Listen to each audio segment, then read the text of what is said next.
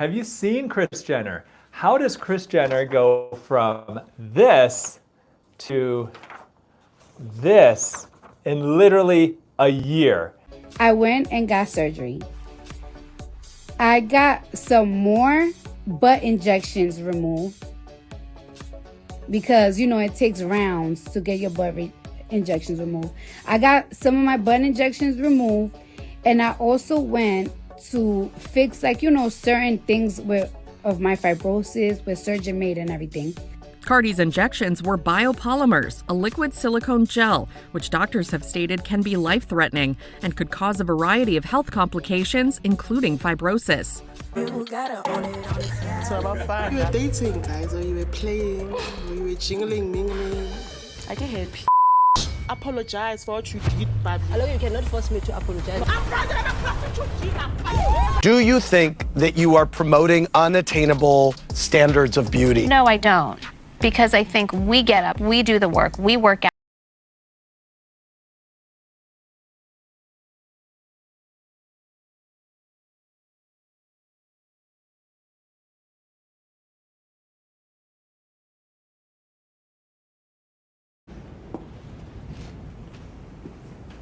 Shall we begin? Guys,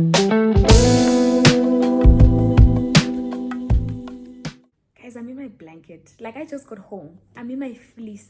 I'm sitting on the couch, I just got from work. And I'm like, oh my gosh, I'm doing it for the love of the game at this point.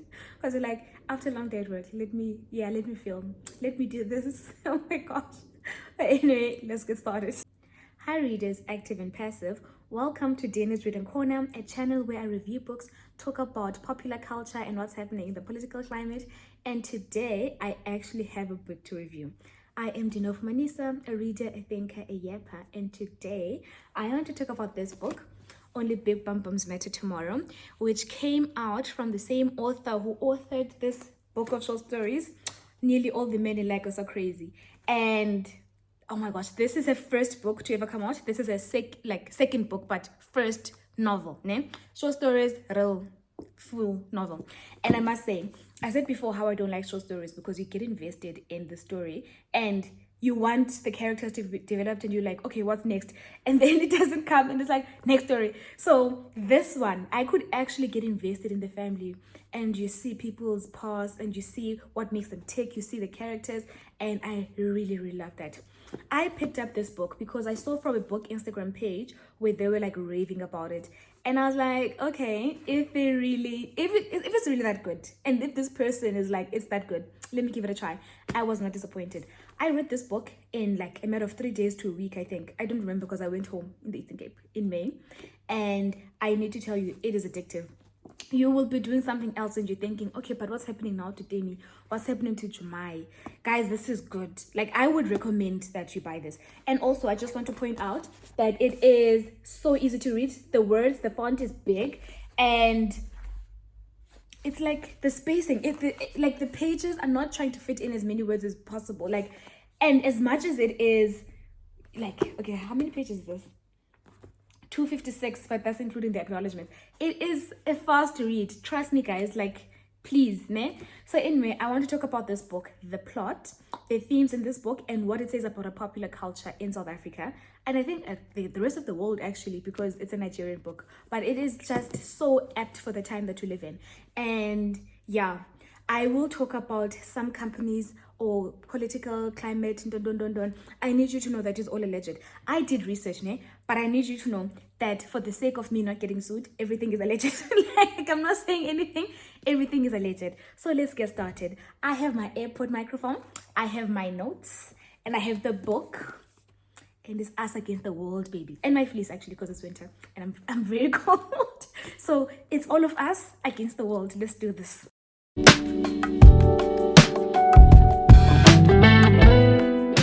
The plot, ne? So this book is about this young girl, Temi. She just graduated from varsity. She's 20 years old and she wants to accentuate her butt. She wants to increase the size of her butt, ne? And she's not alone in this. Her best friend also wants this butt lift. I don't know if I should call it a BBL, because a BBL is taking fat from here and putting it there. She's actually a very slender girl, so there's nothing to take from anywhere. She just wants to put in, you know. So anyway, she wants to do this with a friend, and the friend is like, I'm gonna get my 2 boyfriends to pay for it. And she's like, flip. She starts selling hair, and she asks for money from her father to save up enough money so that she can, you know, actually do this. And the father was always like, bro, why? You're so beautiful. And she's like, I need it for my self-esteem and self-confidence. So that is the original overarching plot of this book. Like, this is the main plot. Temi wants to get a butt lift, and then every other plot that happens is a subplot to this, right? So plot number 1, she wants to get a butt lift. Plot number 2, her father died, and because her father died, he's gonna get buried. We have all the characters in the same setting, and that's why we have the mom, the aunt, like the mom's sister, the father's sister, and the older sister who was estranged from the family, all in the same setting, basically. And I love that. Like, okay, fine, everyone is here now, and old unspoken things, like the tension is bubbling under the surface. And then from this, but father's death, we get the subplots underneath of everyone else's stories, their past, how they think, what makes them tick. And I must say, every character was fully developed. Like, guys, I was invested. I might not agree with their choices and actions, but like, you understand their, like, you in their mind. Guys, like, to write for everyone, even the person that you assumed was a villain at the start, and you make them empathetic. Shout out to Damilari, guys. Shout out to Damilari. She did this. Oh, it's good. It's good, no? Okay, fine, now let's talk about the plot, ne? And to talk about the plot, I'm going to be talking about every other character and their mini plots, because that's what drives the story, ne? And it's fast-paced. It's delicious. Guys, buy the book. Buy the book. I don't know how else to say, like, buy the book, okay? Before I get into the character breakdowns for every other character, I need to point out that Temi has been lightly mocked by her school peers for not having a backside. She's actually a beautiful girl, and she has long hair. She's not light-skinned, ne? But she is written to be beautiful, but she just doesn't have like a curvy, voluptuous body like the rest of her family. And we see nicknames such as Mobstick, you know the mobs, ne? Like, big hair and then straight. That's what she's nicknamed as. Blackboard, colorist. And then we see that the influence she got to accentuate her butt was from a university student who was like a university back in the day. Not back in the day, like recently actually. So a recent graduate of the varsity that she's in who did this surgery and is now an influencer, né? And I just need to put a pin in that. A graduate who's an influencer, what does that say about the job market? And something else that I need to point out is she's repeatedly said to her father, this is for her self-confidence, this is for her self-esteem, and it's not for anyone, it's not for boys to like her, it's not for like, and it's like, okay, fine. The father's like, if you say so, if you truly believe this, then I'm fine. Like, okay, fine, that's mine, basically. But let us put a pin in that, and now let's get started with the character backgrounds, né? We get the mom, Hassana, who is considered to be drop-dead gorgeous. She's voluptuous, she's light-skinned, she is beautiful. Like, the way she's written, né? When she was a child, when she was a teen, if she walked out of the house and she did not get comments from people down the street about, oh my gosh, Hassana, she would go back, change her clothes so that when she walks out, people would, you know, compliment her. And imagine she's so beautiful that that's an expectation, but people are just compelled to compliment her. So that's the mom. And written that when they were younger, her sister and her used to chill in their room. The sister Jummai would read to her while she listened and daydreamed. And it was such a cute, touching, cute sisterhood moment, because later on in present day they're actually quite estranged and they don't like each other, but to see this tender moment when those sisters is actually very beautiful. So she's dyslexic, and as a result of that, she wants to drop out of the education journey. After she's done with high school, she wants to ask her mom, hey, can I not go to varsity and can I just start a business instead? And Jummai felt so betrayed because they were always together, they were like really close sisters, so she always thought like we'd be together in everything. But now Hassana is like, I can't, bruh. I'm sorry. I can't go further in the education journey. So they become estranged because of that. Anyway, she opens a bakery, né? She sells cakes.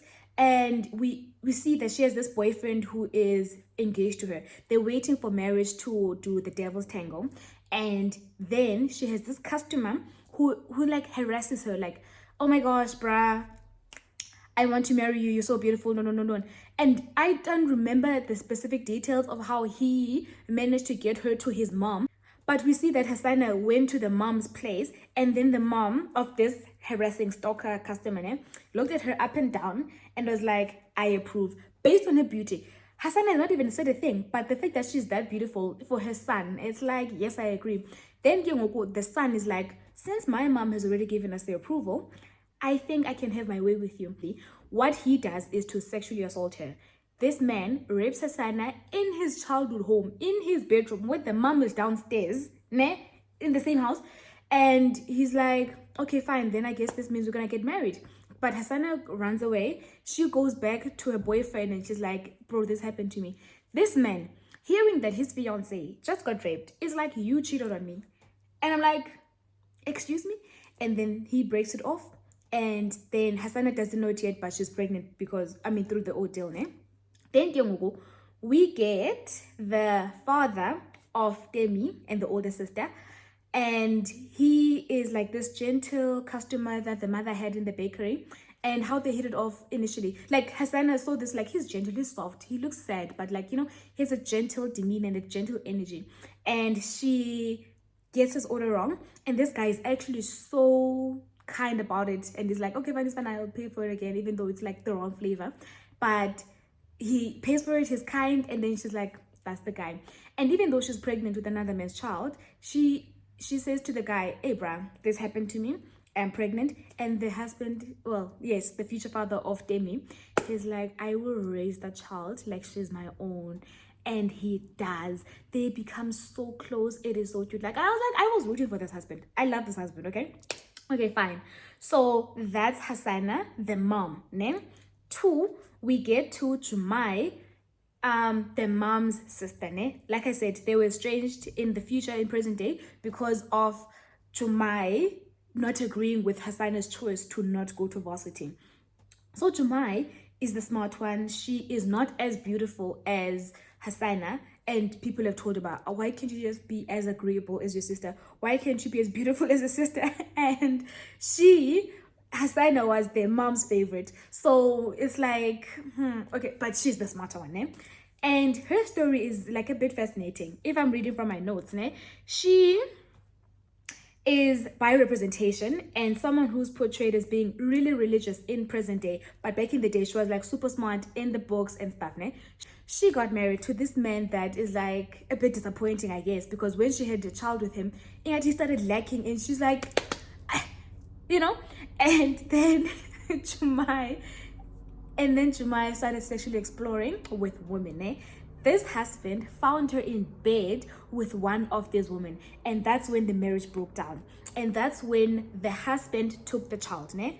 Even though Jummai and Hassana are estranged and they don't like each other, Jummai went to stay at her sister's place with the husband. So that's how they like all in the same house with Jummai and Hassana, even though they don't like each other, ne? So no one, like, she doesn't tell anyone, but this is why my marriage broke down. She is now super religious, because I must imagine how out of control it feels for your marriage to dissolve, ne? This guy doesn't want to listen to you and your apologies, and he has your son. So the only thing that you can do, because you don't want this to get out about when you are sleeping with people, because it's demonic and don't, you know how conservative cultures are. So now she prays and she fasts and she does all these weird culty religious stuff with Tupaya. So it's no. And yeah, that is Jummai's story. I actually liked her. She is, yeah. We then get the father's sister, who is auntie number 2 to the kids, and you know the stereotypes about them. I'm joking. And then you get the dabao of the situation, right? And she was married in the UK, and they had a cute life. Like, she's kind of well off, ne? And the husband kept bringing in relatives from Nigeria to the UK home. And the UK home was small. So she is like frustrated that I'm in this house with these people. And then she just decides to go back to Nigeria and live her life there. Yeah, well. And that was it. No one asked her about what happened to your marriage. No one asked these people what happened to their marriage and how they found themselves in these situations. But it's like, you know what, they hear vibes. She now wants a husband, and she's really religious to the point where she fasts to get a man. There's also a scene where it's portrayed she does like, not a ritual, but like, I don't know, this thing, let this prayer about, I want a husband, and she has to rub it, né? I want this husband, my husband come to me, my husband come to me. And it like works, I guess. And she bleaches her skin. It's something that was heavily mentioned because it's like patchwork color that's mentioned in the book. And she was so strict about this thing of like getting a husband and fasting that when the kids went to visit her when they were like children, like 6 and 9 years old, this girl made them fast with her and go to church. These kids are starving, so obviously they make a plan, but okay, fine, we're gonna take some money and we're gonna go buy chips or whatever, their fast food in the, I think it was chips because it was like a fatty thing. So these kids ate and then they go back home and the aunt was sleeping, eh? Gogo, when she wakes up and she sees them, bah, you guys ate, ne? She beat them. Oh, beat them. And then the mom comes and fetches the kids the next day. And she sees, man, bah, no, man, my kids are not okay. What's happening? Then the older sister tells her, bah, hey, bruh, your sister-in-law is mad. We were starving. We were praying all night. Like, yeah, and then with this, the mom is like, never again. You will never see my kids again. No. And if you ever raise your hand against them, it's gonna be me and you.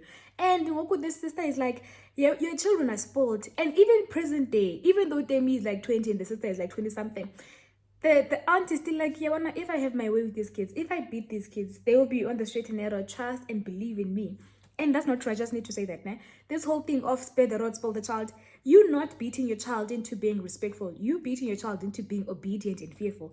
And that's the only reason they follow your rules. Otherwise, what are you teaching them? That they have no autonomy? That they will be meted out with violence if they refuse or share their opinion? Sort of, guys, it's not good, né? So those are the characters. So from the mom sister, the father sister, and then we get the father who's the saint. I already touched on him from Hassana's story that he was this customer and that's how they met, but how he came to be in the bakery and like has this sad demeanor is because his mom died in a fire that was through protest basically. So imagine how horrific that is, that he has to live with that. My mom died through a fire, and I think he feels this responsibility that he could have prevented that. So anyway, he's a gentleman, he's a saint, and loves his wife. This man loves his wife. The way he's portrayed, but he has friends and peers who cheat on their wives. But Yena, never. He doesn't even say bad things about the wife. People will be like, oh, my wife, this. He's like, my wife, even though she's uneducated, I got a degree, dimtanda, and I respect her. And guys, oh, this father, I think this is the best male portrayal in a Nigerian fiction book I've ever seen, honestly. Like, shout out to the father, man. Shout out to the husband. Okay, so yes, 4 characters so far. Mother, sister, father. We get the 5th character who is the sister, and she left home 5 years ago. The reason she left home 5 years ago, ne? Let's get to her law.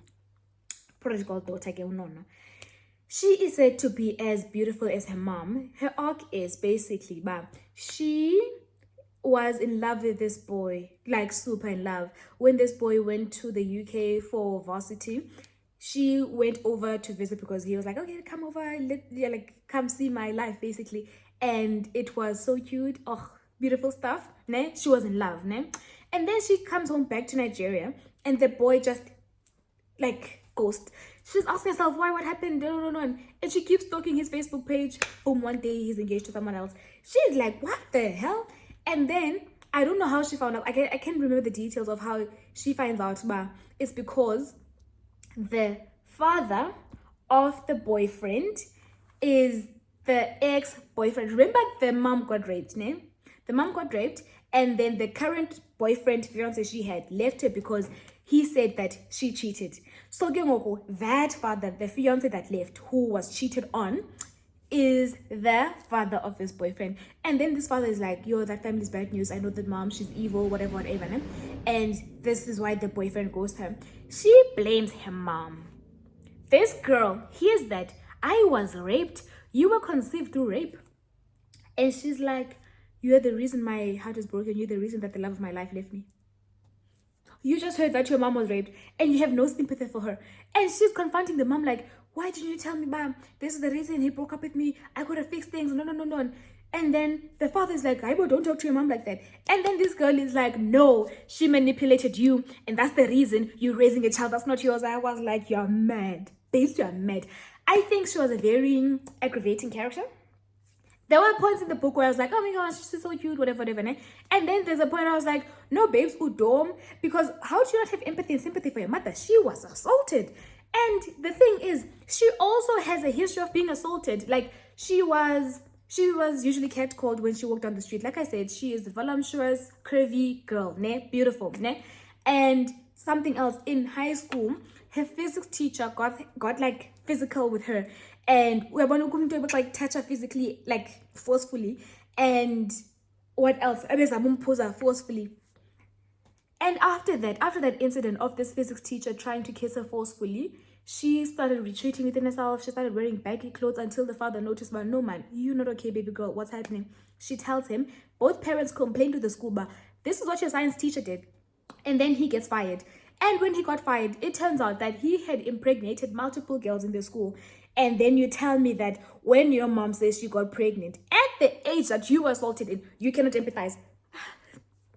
Oh, hell is not hot enough for people like that. I'm sorry. Guys, I'm like, you don't have an excuse for you to not feel sympathy for mom.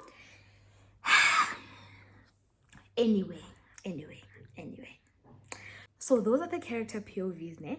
And we get side characters like the lawyer, who is there because the father died and he was reading out the will, ne? And the lawyer was actually a very close friend to the father who cheated on his wife. No. And so he was baffled that this guy, the husband, the father, does not cheat on his wife. So we get to, through that perspective, how honorable of a man he was. I don't think the father gets a chapter, but yeah, he's also basically a side character, but he's like an honorable side character. He's like Ned Stark, guys, okay? We get the father, we get the lawyer, we get the pastor that Jummai goes to pray to. So yeah, those are the characters and those are the side characters. It's an enjoyable book. And even though I have ruined the plot now for you who decided to not take my warning and you went ahead and watched this video without reading the book, I was still saying it is amazing, delicious. You can still read this book and enjoy it, okay? So those are the character POVs. So even if I don't agree with their choices and their decisions in the story, I get their way of thinking. You know, like, I don't agree with you, but I see where you're coming from. It's dumb, but like I empathize, cool, ne?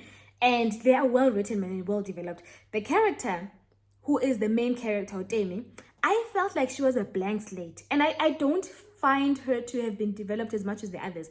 Like, when her sister leaves, we find out that her world kind of basically stopped because she was really close to the sister.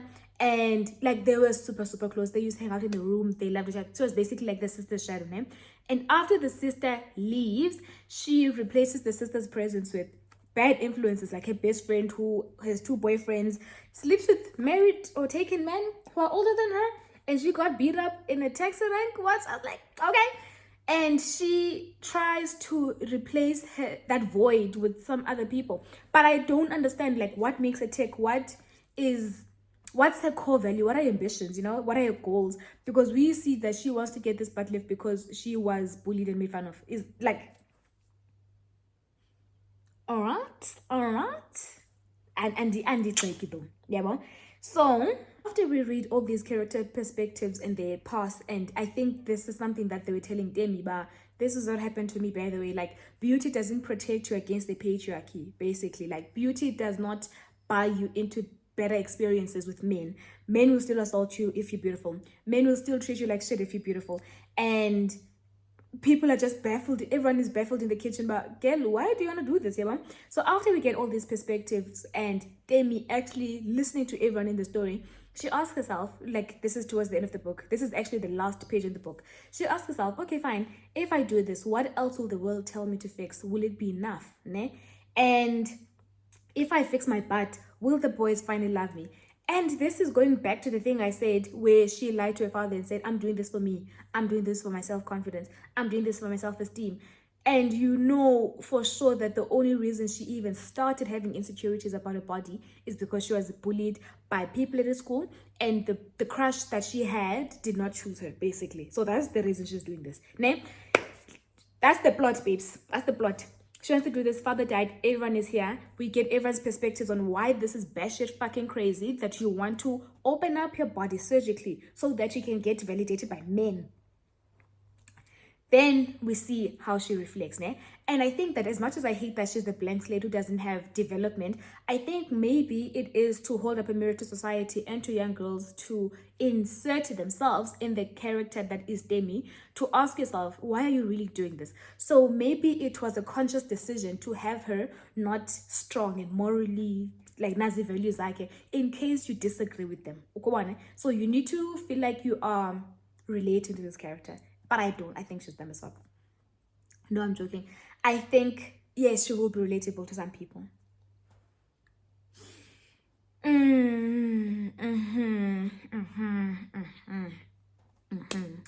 Okay, fine.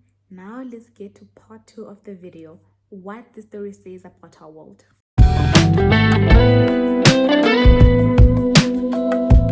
Okay, now let's get into part 2 of this video essay, which is, what does this book say about our world? In this section, I've identified 4 themes that I will get into, but I need to state up front, now that we're talking about the real world stuff, everything is alleged. Alleged, okay? Because I don't have money for you to sue me. I have negative net worth. So if I say anything here, it's just alleged. So, okay, fine. Like we're in grade 12 English class, let's get into the themes, eh? Number 1, sexual assault. 2, the commodification of women's bodies. Number 3, the woman's body being used as a means of survival in this economy. And you see that in flip side, ne? The rise in BBLs, but also the pendulum swinging into the rise of conservatism, things like Treadwife and people like Candace Owens. Number 4, the mirror effect. If this is what women are doing, i.e. getting BBLs or being Treadwives, what are the men doing? How are they surviving in this economy, ne? Fine. Now let's get started. Theme number 1, sexual assault. What we see is a young adult, a young woman who just graduated from varsity, who wants to have a BBL because she thinks that it will make men more attracted to her and it will make the experience of romantic relationships better for her, ne? And we know that because she didn't get the crush she wanted in high school, and that women who are more voluptuous get attention from men, we see that this is her reasoning, but if I get this, then I'll be considered beautiful, ne? And when she tells her family, these women are horrified because they know that them being perceived as beautiful has not priced them out of the experience of violence from men, ne? In fact, it invited it, because these women are curvy, they're voluptuous, they're very pretty, but it still did not stop them being violated by men. The mom got sexually assaulted when she was quite young. She was running a business. The sister was violated every day in the streets for men catcalling her. Number 2, from a science teacher when she was in high school as a child, ne? And then we see how the understanding of beauty, thinking that it will price you out of some experiences, it will protect you, that it will protect you from the patriarchy, is not true. Sometimes beautiful women will get involved with men who are insecure, and those men will not let you forget the fact that you're beautiful, and they feel threatened by the fact that you get attention from men, and they will resort to violence and other coercive means of control for you to know that you are not better than him and that you need to stay with him. If I can't have you, no one can. Okay? So beauty doesn't necessarily protect you from patriarchy. It might, in some cases, like multiply that effect. Ne? The thing that I picked up on when the sister was being violated by the science teacher is the fact that young black girls usually don't have good childhood memories. They're not allowed to be children because in Gati, we are assumed to be older than we are. And if people assault you, in Gati, the blame is placed on you instead of the perpetrator. So we see it in the language that is used daily, like, women, these girls are fast. It's older men going after her. The predators don't get any smoke at all. Ne? I was about to mention that even when R. Kelly came out, but he was going for teenagers, people are like, what are those girls doing? Everyone but the actual perpetrator. Guys, anyway, these these young girls are fast. What were you doing with older men? Where we see that the blame is placed on the young child, girl child, instead of the older man who has the reasoning abilities to know that what I'm doing is wrong, but we never place it on them. Ne? Cool. We hear it in the language that we see in our headlines, but teenage pregnancy stats are this, and you don't see that, in fact, in 89.7% of the cases of teenage pregnancies, the fathers, the men involved with these kids, are usually aged between 20 to 29. Teenager, 20s. Do you think those people are of the same mental capacity? Body language, these girls, no, which invites comments like, but these girls, they're fast. Back in my day. And there was this minister, I think it was last year, who said, young girls, you need to keep your legs closed if you want to further in education.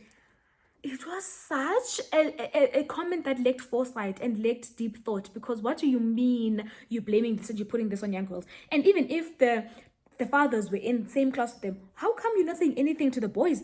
Guys, nope. I'm not going to get worked up. But anyway, it reminds me of this article that I saw in Women for Change, where this 13-year-old girl was discovered to be pregnant, and they were doing DNA tests to determine who the father was. And this guy in his 20s was tested, and then was like, he's not the father. And then people are like, so he's off the list. And it's like, no, actually, why was he sleeping with a 13-year-old child? He's 28 years old, but he's sleeping with a 13-year-old child. Does that not raise questions in you? But what was he doing with the child anyway? Not but he's not the father. Okay, cool. What was he doing with a 13-year-old? No, that never crosses their mind. Guys, I remember, even from my experience, but beauty or having a good body doesn't price you out of some experiences. When we were kids, we used to walk from school to the library, to the town library, and the parents thought that the worst part and the most dangerous part of the journey was like crossing the bridge. It wasn't. When we were in front of the storefronts like Jetty, we used to have hawkers who were selling accessories, sunglasses, etc. And these men would catcall us. I didn't even know that catcalling was sexual harassment until I got to university, and they were like, that's part of the sexual assault triangle. It's there. And these people saw us in uniform and they still catcalled us. And you had to keep your eyes down, because if you made eye contact with them, you're encouraging them to come speak to you. And if they speak to you and you reject them and they turn violent, it's going to be your fault. Because what were you doing encouraging him in the first place? Why did you look at him? Babes, when I talk about this the older sister being young and like assaulted by her physics teacher, it's not something that's surprising. We had teachers where female teachers told us in school, Jongane, we know that you are in your long tunic, you're looking like an angel, no, but never be in class with that teacher. That teacher has done XYZ, and that's why he was fired from that school before. This is someone who was hired to be around young girls, and they lived up to it. These teachers would say, Mdu is 40 years old with a wife who works in the school, by the way, and they would say, if you are my wife, this. I'm 16 years old. So I love that this book showed that, you men are weird, high key, but and then we get to theme 2, the commodification of women's bodies. And I need to say that this is a bit boring for me, because guys, we have seen for decades how women's bodies are treated as a fashion trend. But this is not in season anymore. Bye, babes. In season, babes. Because when we talk about the 80s, the 90s, and the early 2000s, the in body was size 0. It was the heroin chic. It was Kate Moss. It was Naomi Campbell. Thin was the game. And if you were on size 2, it was like you're a fat person. The things that the Western media considered fat, guys. And then we got to the early 2010s, and that was the rise of Kim Kardashian, Nicki Minaj, and the hip-hop video vixen. And now it was like slim, thick is in, curvy is in, BBL, big butt is in. And then we saw people surgically enhancing their bodies, because it's now the trend to be curvy. Obviously, that bores me because it doesn't make sense. It doesn't make sense why you think that now I need to be BBL. Next season, I need to be starving myself so that I can be size 0. Guys, I ain't the sense. And the fact that Tyra Banks was considered plus size, I think she was the fairest person to ever live when she gained weight.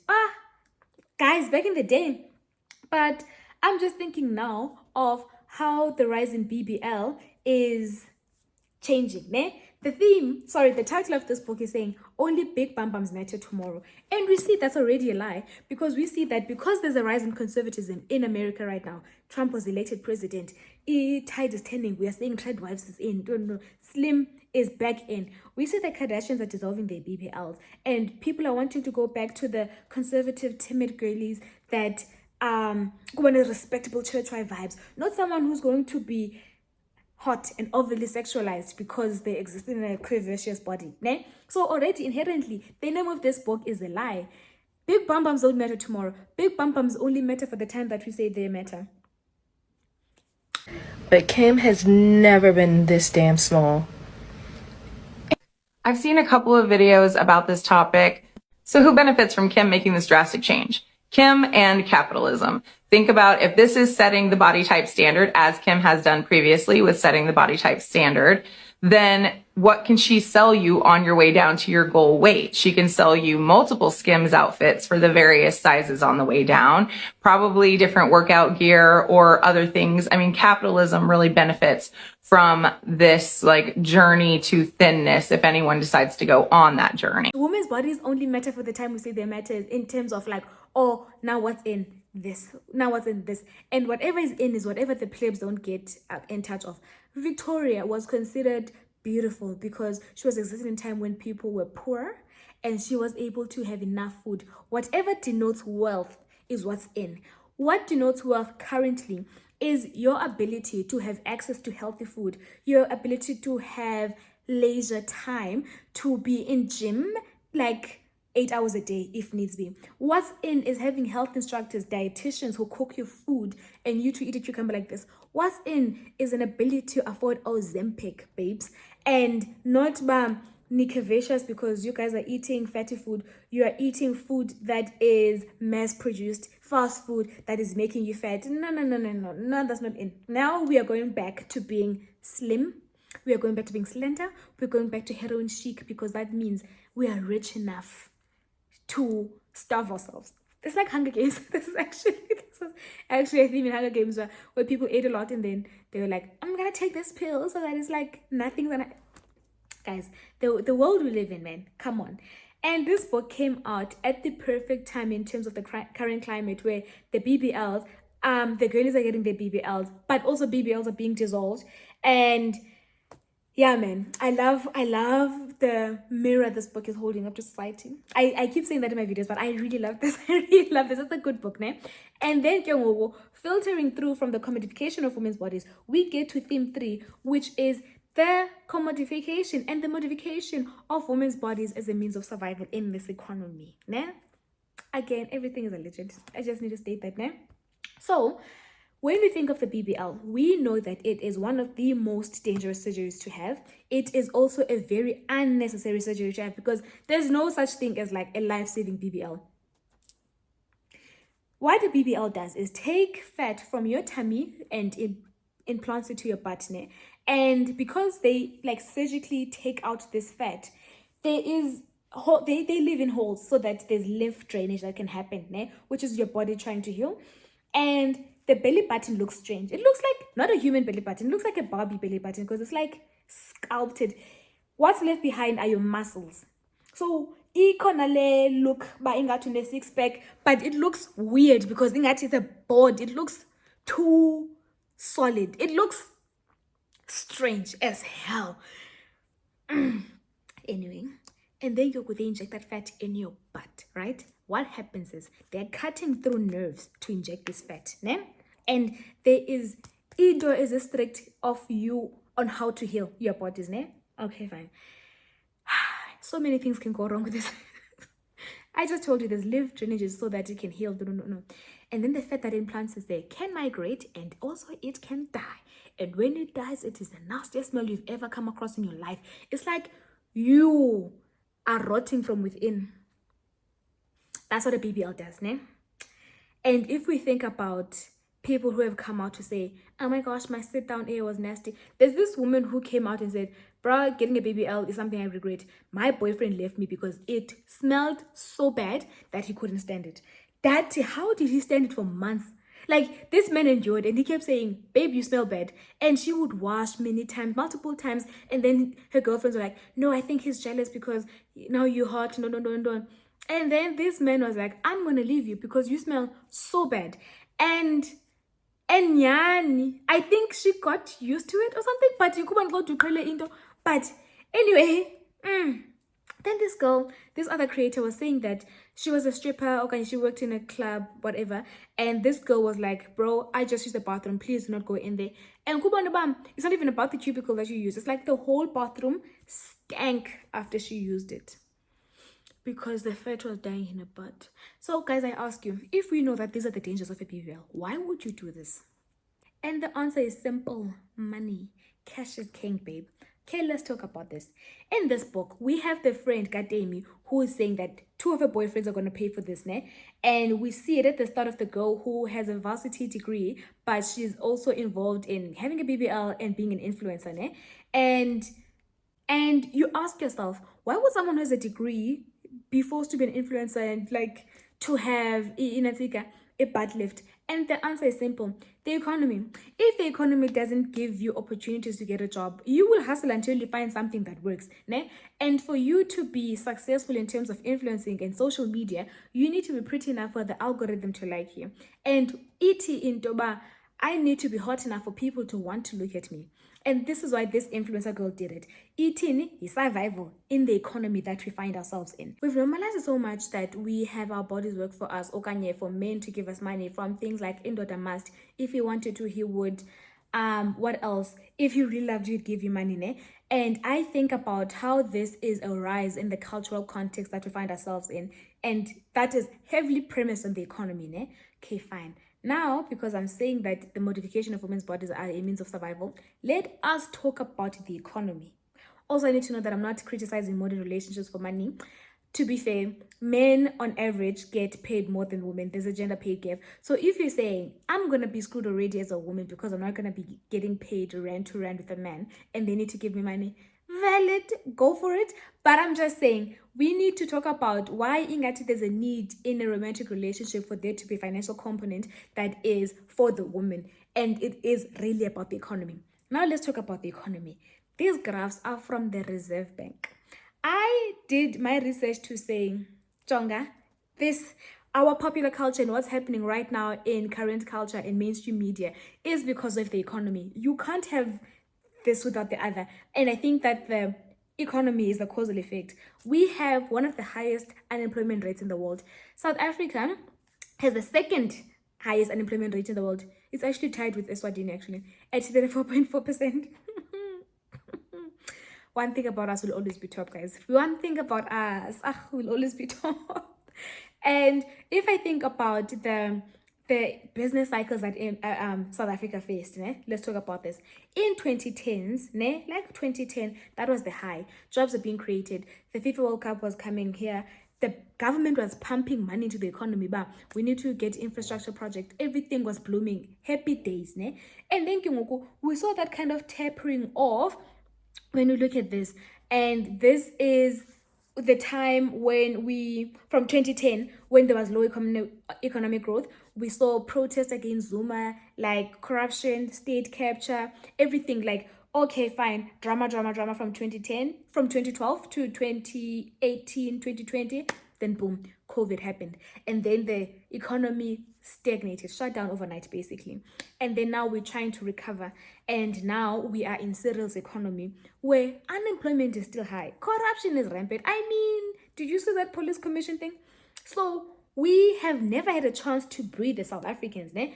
You will have a graduate sitting at home unemployed, and we have parents praying for those kids to get jobs and just to have anything. South Africa is surviving by threats. South Africa is surviving through prayer to get from one day to the next, babes. We haven't had a chance to breathe, and we see how this is affecting romantic relationships, affecting popular culture in many ways. Now, unemployment is rising, the economy is stagnant. How have we seen women survive this? we see the rise of slay queen, like that is maybe 2017, 2018 vibes. But oh my god, slay queen. What started out as women celebrating each other on social media, like, oh, slay queen, you got a job. Ah, slay queen, you in Dubai on a yacht in a thong. We see how men have turned this to be like, oh, she's probably there because of in-order. Oh, she's only achieved this because of a man. And then slay queen got this negative connotation of like, sex work. And then sorry, then it got this negative connotation of like, a man did that for you. And then we saw the rise of blesser culture. Blessy, blesser. And I remember being in varsity watching these headlines in news, but oh, indeed, blessy, a man should do this. Well, morning, how are you? I'm very well, and you? I'm all right, thank you. You must be happy because you are blessed. Oh, very. Why are you so blessed? Oh, I don't know. It's just my luck, actually. I don't even know how it come about that I ended up in this kind of situation, but yeah. But how did it start? Well, I've been in several relationships, and things went so well. You know, I mean, obviously all relationships have ups and downs, and I just got to a point where I'm like, you know what, screw this. I'm not doing it anymore. And and I'm just done with the relationships. Let me just have fun. And here I am. So is this having fun? Yeah, it's being basically a blessing? it's basically just about having fun and nothing else. I'm not looking for any commitment. What are some of the perks that come with being a blessee? Well, I just need to make sure that I'm always there when I am needed to be there. Oh, so that's 24/7? Yeah. Yeah. Yeah, I cannot have an excuse of, no, I'm busy with this and that. No, I cannot. Is that a particular blessing that we are referring to? Is it several blessees? It is a particular blesser, blessing. sorry. No, it's just one blesser. Only one blesser? Yes. Okay. That blesser, is that person married or single? Yes, he is married. And you happy with that? Well, I'm okay with it. His wife is happy with that? I don't know, and it's none of my business. Again, keep in mind, it's the economy. As mali, people are trying to survive in whatever way they can. Ne? And when I think about a blessing, I do think it's part of that sex work paradigm, or I don't know, pendulum, prism, triangle, pyramid. Ne? It is part of that sex work pyramid, because we will have I watched this great video on intersexual. I'll link the video down below about how there's a ranking in terms of sex work. Like, okay, fine, being OnlyFans, being a prostitute on the street, being an escort, being a blessee, or having a sugar daddy. How this is all in sex work, but people have rankings of like, this is better than this one, yeah, mom? So anyway, we see the rise of blessee and people being like, technically, I'm not a prostitute, but this actually is high-key prostitution because it's just one client at a time, basically, né? And I think about how this is normalized and celebrated in popular media. Shows like a bunch of channels like Showmax, where they showcase things like My Body Works For Me. Why are you doing this? I spoke in one video about how media is sometimes a mirror, ne? But also sometimes it should be aspirational to say we will air shows that enable people to aspire to that and to see themselves in that. For example, I made an example about generations and corporate culture, where Black people were not in corporate in large amount at the time that generation came out in. But now we saw Karabo Moroka in the boardroom and we said, yes, I also want to be in a suit wearing my Louboutins in the boardroom. But now what we see is shows like My Body Works For Me. And I'm like, why? And I need to say, you can see that the pendulum of culture shifted, because when Okanyimba came out back in the day, there was a lot of criticism. But, she's a gold digger, get that one. She's only dating this man for money. But now we see in popular culture that this thing is celebrated. It's like, I wonder why. And not to criticize too much on BBL girlies who are high-key engaging in the sex work industry. We see in two sides of the same coin, babe. Madonna whole complex is a thing. Same coin, same pendulum, swinging in different ways. So we see how in the Madonna part of the complex, we have these very conservative women who are trade wives, who criticize feminism a lot. I don't know what feminism to do with women, but sure. And we see how there's a lot of critique in like, women working, women being submissive to their bosses instead of their husbands. I'm like, okay. And I just need to say, in defense of feminism, no one said you can't work at home. In fact, what feminism said is, if you want to work in a lab, if you want to work in a boardroom, if you want to work in a kitchen and get paid for your money, if you want to be in a fashion house, and you as a woman will get paid enough and fairly like a man in that industry is. Zange kwathiwa ba, every woman now needs to be out of the home.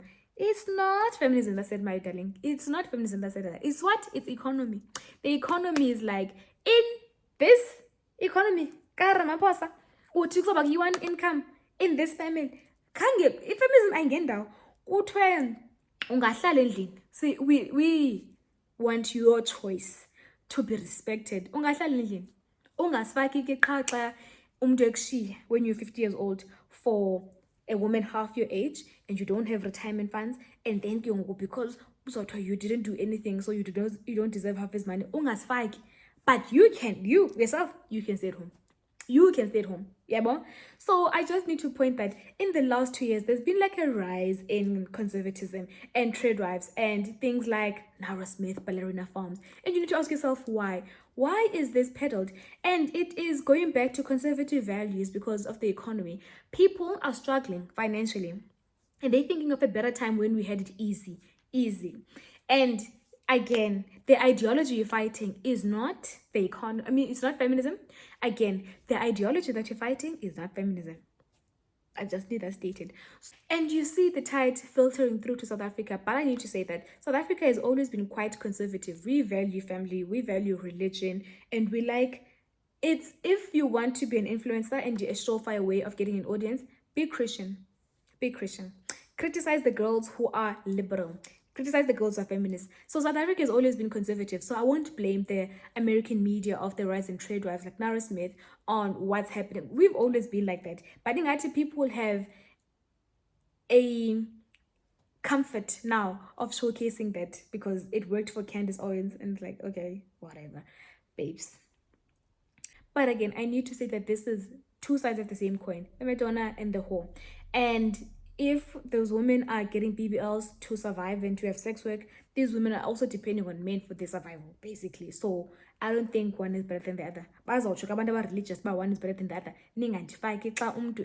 Without a retirement and pension fund at 50 years old. That's all I'm saying. So if we see that these women are, again, I didn't state this up front, but this is not true for all women. I'm not saying that the only two ways to survive as a woman in South Africa is either through getting a BBL and engaging in sex work or being a trade wife. There's obviously career women. Those women have their own businesses. So this is just a subset of what's in popular culture right now. The career girlies are quiet, just working at their audit firms and then just paying taxes and with their Ted Baker bags and keeping it moving. In popular culture is that these two things are basically one coin, different sides. I'm commenting on popular culture, please. So if we ask ourselves, but okay, fine, we're saying in popular culture, this is what we see and this is how women are surviving. How are men surviving?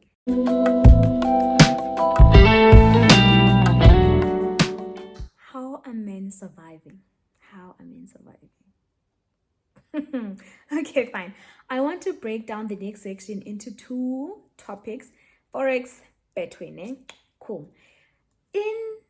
From the 2016s, you saw by forex scams, like, oh my gosh, guys, buy Bitcoin, and then there's a new coin that comes out, and then there's trading. I remember, I also have personal experience with this, and I also have friends. I have close people to me who have been scammed. So when I talk about this, it's not just from the headlines I see, but Sana, someone will call you and say, your card has been hacked, your bank account has been hacked, give us your OTP, give us, not your OTP, the CVV at the back, give us your card number, It's not things that I just see on newspapers or on social media. I have experienced this. People close to me have experienced this. Like, I want to tell you about this experience. I was in varsity and my sister gives me a call. Someone she knows, a friend of hers, had told her, brah, this is the best way of making money. It was like a trading thing, Sure. Then this person calls my sister buys in, Then she calls me and she's like, let me tell you about how to double your money. immediately red flags. Immediately kuba negathi xa une sense of like something is off. Something babes. So immediately I'm like, fine. There's a way of doubling my money, sure. This person insists that I join. But number one, in economics, you know that there's no such thing as a free lunch. Human beings are inherently selfish. There is no one who finds a gold mine and then shouts to everyone else, guys, let me tell you what I found in that hole. No one.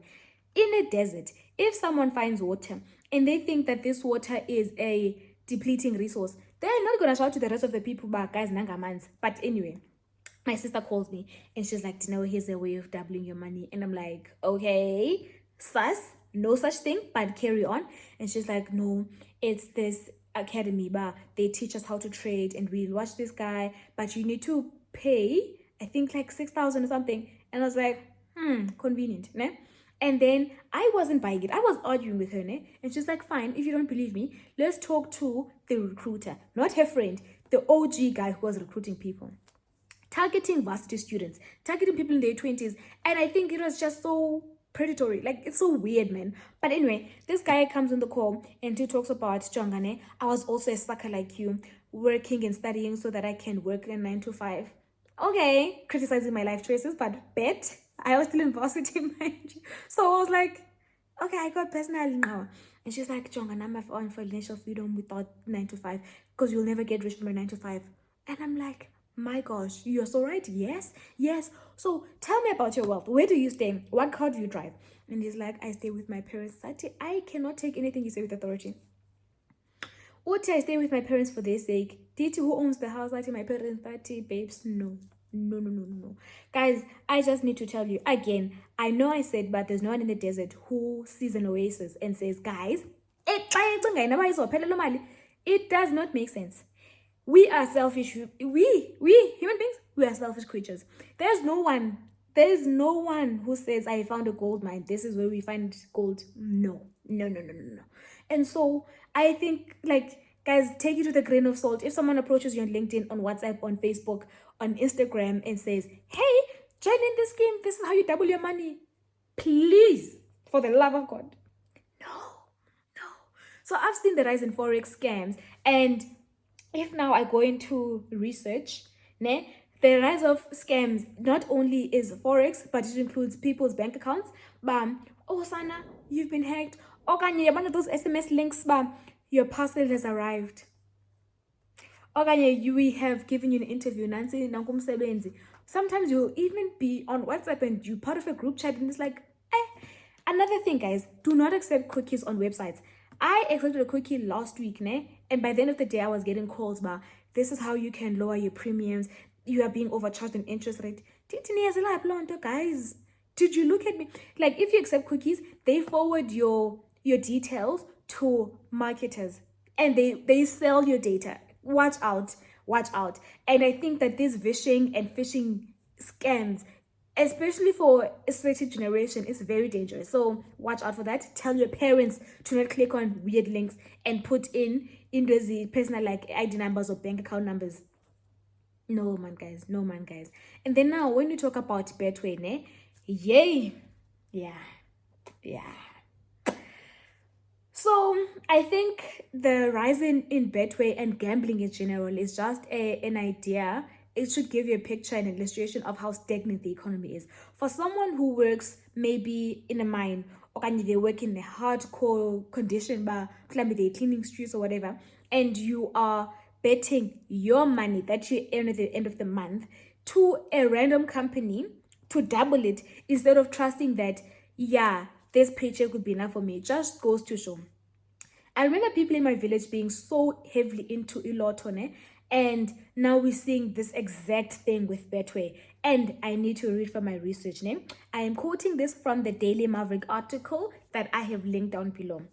South Africans are heavily into Betway, and the levels of promotion that Betway is getting to the point of being advertised in Home Affairs offices is concerning. Betway is a global company, and its parent company is headquartered in New York. It's a company that is extracting wealth out of South Africa. The majority of people who use Betway are people in the lower income class, and they gamble a large majority of their earnings. Imagine working 8 to 10 hours a day and then you give your hard-earned money freely, willingly. Nancy company, Taten. Anyway, you worked for 8 to 10 hours a day, only for you to give your money away to a company, and it won't even benefit you or your family. We cooked. I need to note from this article that Betway is not the only gambling company in South Africa. There are others, but it owns a third of the market, and all the others that Unanzika or Daily Maverick listed, it's Western companies, babes. This one is like, oh, this one is in Gibraltar, or this one is headquartered in Sweden. Imali yethu ayingeni nongenaphi. It's not being, it actually should be text here, but imali yethu, le mali niyispendayo nina ayingeni nongena kwi-economy. It's not circulating back to you. It's not starting new businesses. It's not starting things that benefit you. Iyahamba badeclare dividends bona bayatya phaya ngemali yakho uyimayina. And I just need to say, this thing of like how exploitative gambling companies are in South Africa, it reminds me of the alcohol industry geared towards the same people, lower income men who are working hard labor, and how it is still the same thing as a means of control, as a means of distraction, and a means of stripping wealth away from the Black community. Anyway, that's all I have to say. That's all I have to say.